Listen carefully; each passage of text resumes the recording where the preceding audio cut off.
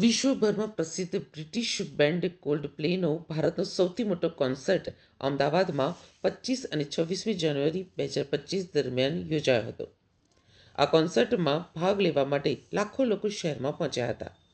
આ કાર્યક્રમને સફળ બનાવવા માટે મુખ્યમંત્રી શ્રી ભૂપેન્દ્ર પટેલના માર્ગદર્શનમાં રાજ્ય સરકારે આયોજકો સાથે ખડે પગે રહીને પૂરતો સહયોગ આપ્યો હતો. રાજ્ય સરકાર તરફથી પોલીસ વિભાગ, અમદાવાદ મ્યુનિસિપલ કોર્પોરેશન અને અન્ય વિભાગોએ યોગ્ય સંકલન સાથે દર્શકોની સુવિધા માટે સુરક્ષા, ટ્રાફિક, મલ્ટી મોડલ ટ્રાન્સપોર્ટેશન અને ઇમરજન્સી સેવાઓ માટે ચુસ્ત આયોજન કર્યું હતું.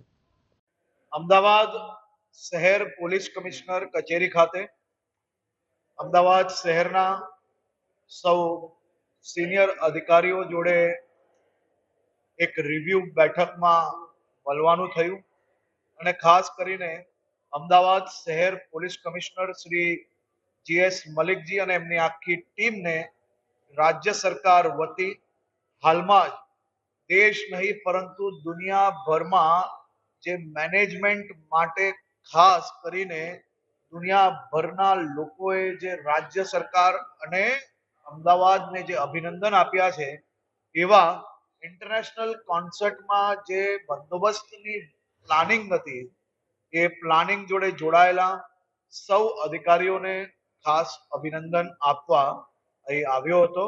અમદાવાદ શહેર પોલીસ દ્વારા જે વ્યવસ્થાઓ માટેનું પ્લાનિંગ જે બનાવ્યું છે આ પ્લાનિંગ એ દેશભરના ઇવેન્ટો માટે એક SOP સ્વરૂપે કામ આવે તે પ્રકારનું કામગીરી ટીમ અમદાવાદ દ્વારા કરવામાં આવી છે. તો અમદાવાદમાં આયોજિત આ કોન્સર્ટમાં અમદાવાદ પોલીસ વિભાગની કામગીરી પણ ખૂબ જ મહત્વની રહી હતી.